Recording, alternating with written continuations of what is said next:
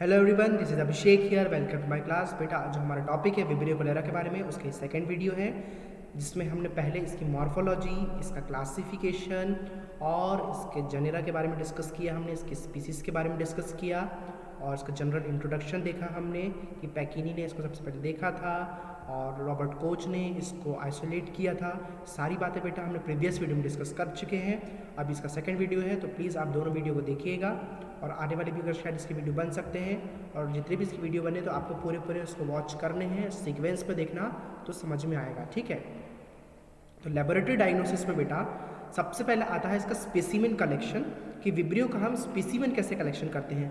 क्योंकि जो vibrio cholera है, कोलेरा में आपको पैथोजेनेसिस में क्लियर करूँगा कि कोलेरा एक्चुअली बीमारी क्या है ना। पर अभी इसका सिर्फ इसको सस्पेंस पे चल रहे दो इस चीज़ को, मैं आपको बताऊँगा कोलेरा क्या होता है। ठीक है, स्पेसिमेन क्या लेंगे हम, इसका स्टूल सैंपल लेंगे। ठीक है, स्टूल सैंपल या तो वाटरी स्टूल हो सकता है या तो रेक्टल स्वैब हो सकता है। ठीक है, वाटरी स्टूल या रेक्टल स्वैब इसको ले सकते हैं विब्रियो के डायग्नोसिस के लिए। कलेक्शन एंड ट्रांसपोर्ट, अब जब आपने कलेक्शन कर लिया है तो उसका ट्रांसपोर्ट कैसे करोगे।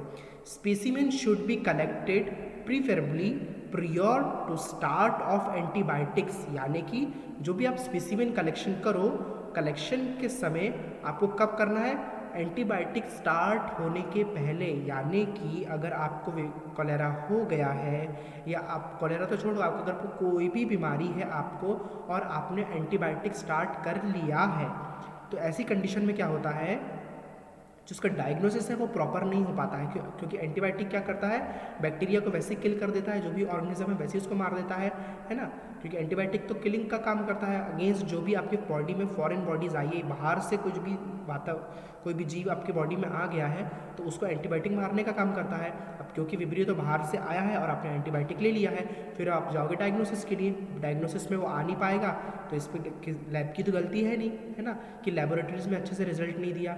गलती किसकी है, आपने एंटीबायोटिक ले लिया, आपने उनको प्रीवियस हिस्ट्री बताया नहीं अपनी कि भाई मैं एंटीबायोटिक लेकर आई हूँ या आया हूँ, या कल ही मैंने एंटीबायोटिक खाया था और आप चले गए हो आज टेस्ट कराने, तो फिर ये तो गलती आपकी है। हाँ, एक बात ये है कि अगर आप बता के गए हो, आप लैब में टेस्ट करवाने के लिए गए हो और उनको बताया हो कि मैंने एंटीबायोटिक लेकर आई हूँ, या मैंने कल एंटीबायोटिक लेकर आया था, या मैंने कल एंटीबायोटिक लिया था, तो अगर क्या मैं आज सैंपल दे सकते हैं क्या हम। अगर लेबोरेटरीज़ में अगर आपको बोला जाता है कि नहीं आप दे सकते हो और फिर अगर रिजल्ट सही नहीं आते हैं तो फिर ये लेबोरेटरी की गलती है। ठीक है, तो ऐसी कंडीशन में फिर हम देखते हैं। ठीक है, तो इसमें क्या लेना है आपको, एंटीबायोटिक स्टार्ट करने के पहले, कोई भी दवाई गोली खाने के पहले ही आपको अपने सैंपल्स को देना है। This should not be collected from bed pans due to risk of contaminations, और इनको बेड पेन से कलेक्ट नहीं किया जाता है। बेड पेन उन लोगों के लिए होता है जो कि एक तो पहली बात तो ये एडमिट पेशेंट्स के लिए भी होता है बेड पेन, और दूसरा अगर घर पे भी बेड पेन दे रहे हैं किसी को, बेड पेन से मतलब कि उनको स्टूल पास कराने के लिए एक बेड पेन होता है, यानी कि पेन रहता है, एक वेसल रहता है, एक बर्तन रहता है, और बेड पे ही उनको स्टूल पास कराने देते हैं। जो भी ऐसे पेशेंट्स हैं जो कि खुद चल के नहीं जा सकते या उठ नहीं सकते, मूवमेंट पॉसिबल नहीं है, यानी ऐसा पेशेंट जो अत्यधिक वीक है, यानी कि या तो उसका जस्ट ऑपरेशन हुआ हो, है ना, या तो पैरालिसिस वाला पेशेंट हो, ठीक है, या ऐसा कोई बुजुर्ग इंसान जो अब चलने फिरने की हालत में नहीं है, तो ऐसे लोगों को क्या दिया जाता है, बेड पेन दिया जाता है, यानी बेड पे ही उनको स्टूल पास करने दिया जाता है। और जिस पेन में, जिस आपने बर्तन में उसको कलेक्ट किया है ना, और उस बर्तन से आपको क्या नहीं करना है, अगर इसको कोलेरा जैसी अगर बीमारी का अगर आपको पता लगाना है तो आपको बेड पेन से आपको सैंपल नहीं लेना है। क्यों नहीं लेना है, due to risk of contamination, contamination के रिस्क के कारण आपको बेड पेन से सैंपल नहीं लेना है, क्योंकि बेड पेन ओपन रहता है।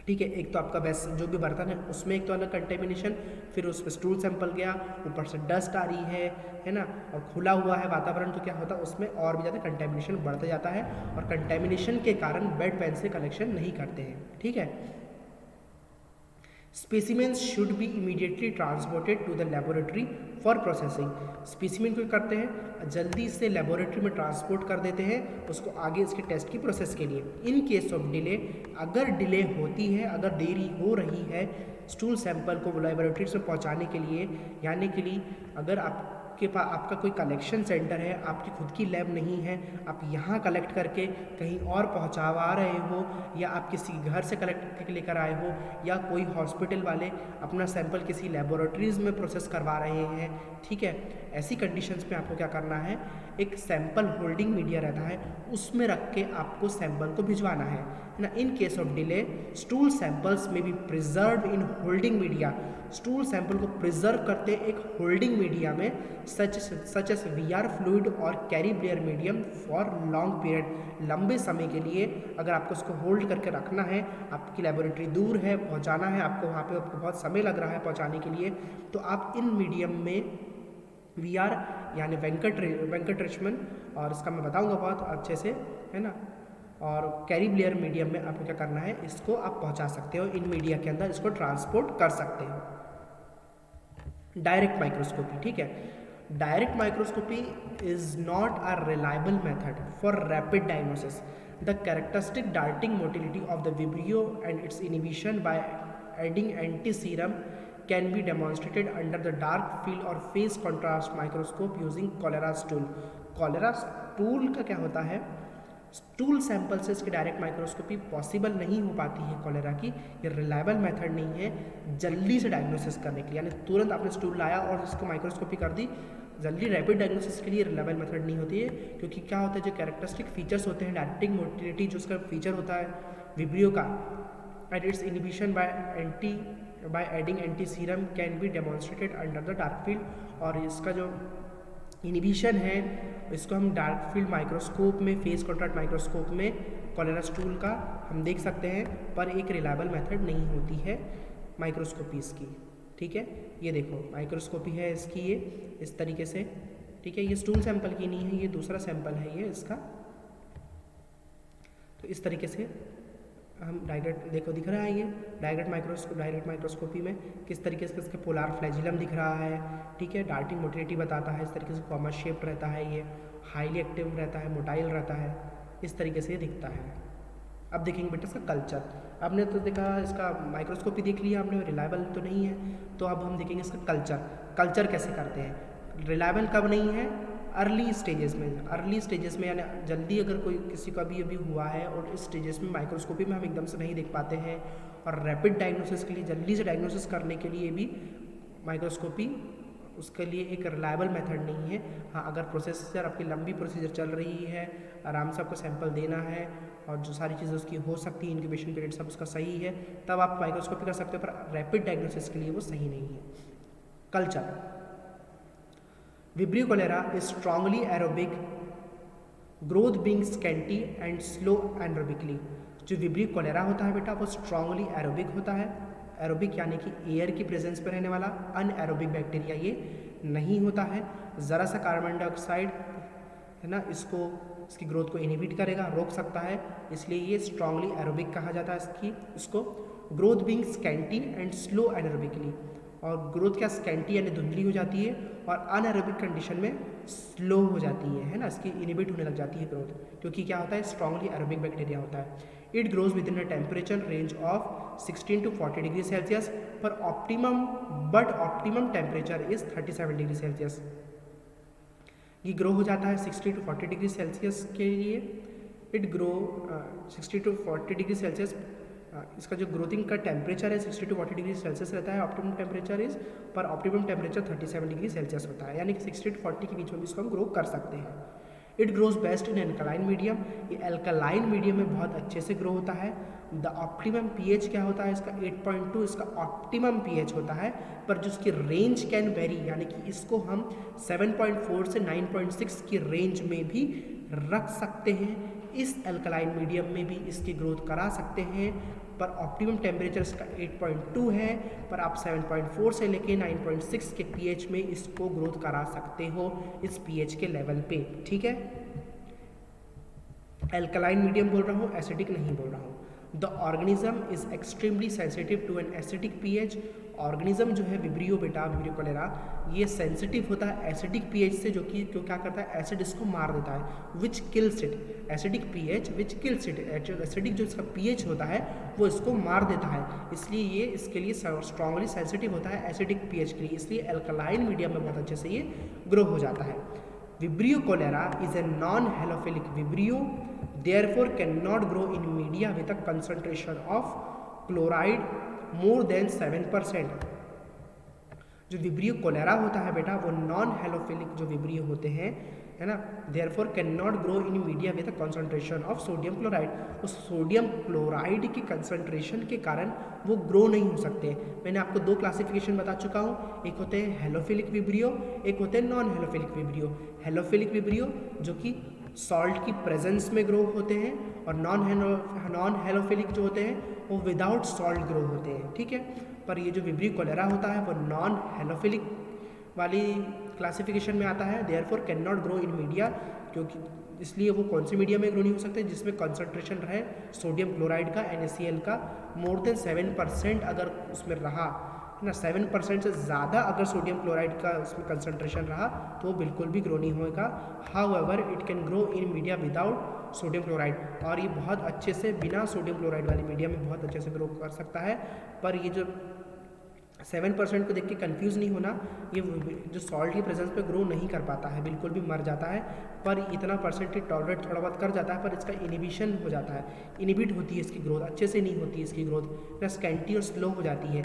इसलिए इसको परसेंटेज तो ज़रूर दिया गया है, पर आप तो इसको लिखना कि विदाउट क्लोराइड ही अच्छे से ये ग्रो होता है ना।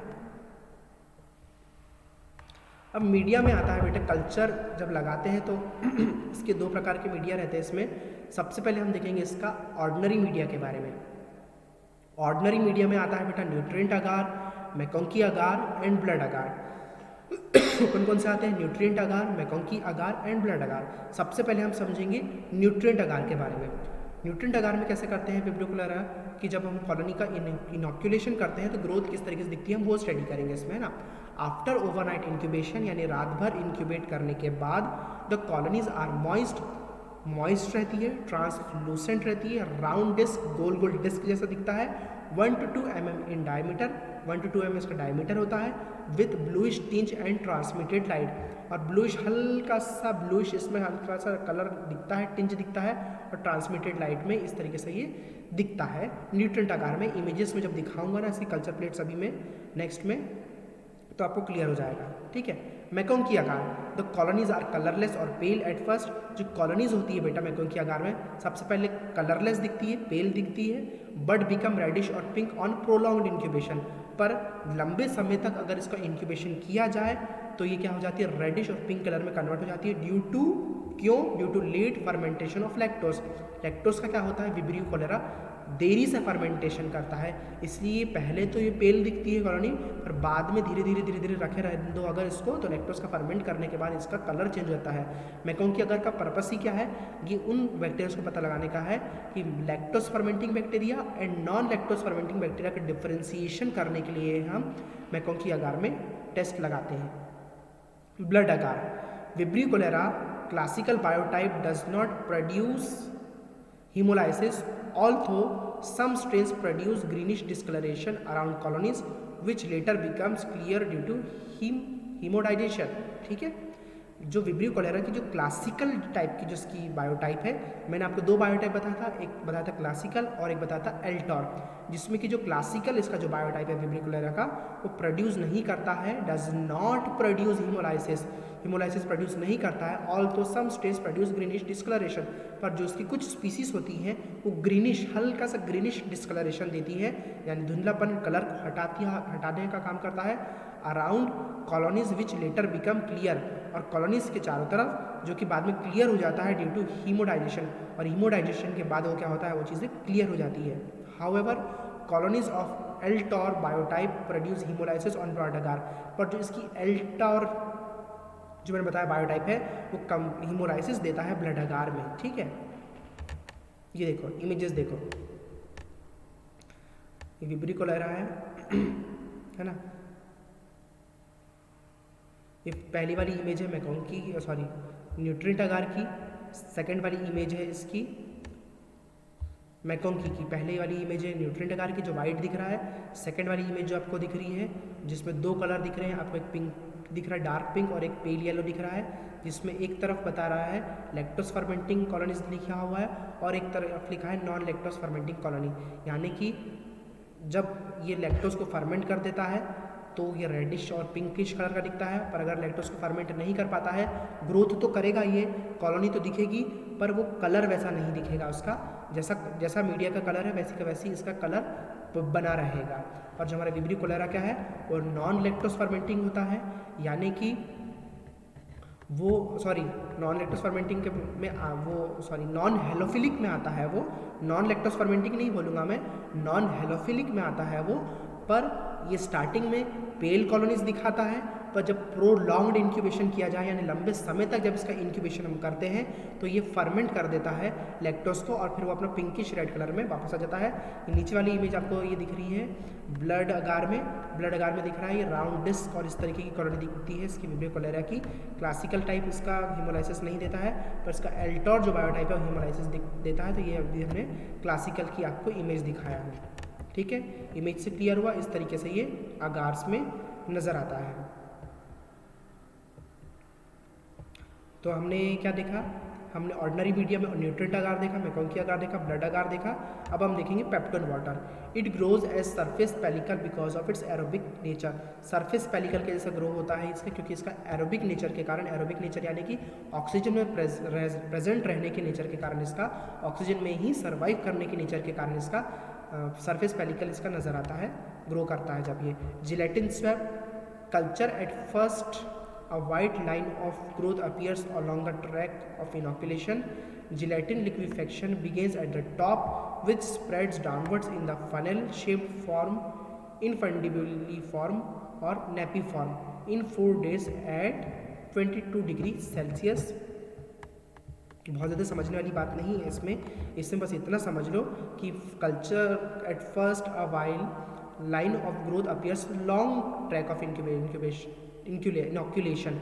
जो कल्चर की जो पहले से फर्स्ट जो लाइन रहती है इनॉक्यूलेशन की, वहाँ पर ये थोड़ी सी ग्रोथ दिखाता है। Gelatin liquefaction begins at the top, और जो जिलेटिन है वहाँ पे है, यहाँ पे हमने जिलेटिन स्टेप लगाया है, उसका लिक्विफेक्शन यानी वो धीरे धीरे लिक्विड, जिलेटिन तो जम गया है, सॉलिडिफाई हो गया है, अब वो क्या होता है धीरे धीरे लिक्विफेक्शन हो जाता है, बिगेस्ट हो जाता है टॉप पे, which spreads down in funnel shape. और फिर क्या होता है धीरे धीरे वो लिक्विफेक्शन धीरे धीरे नीचे जाता है, क्योंकि हम इसको एक फनल में लगाते हैं, फनल शेप में, है ना।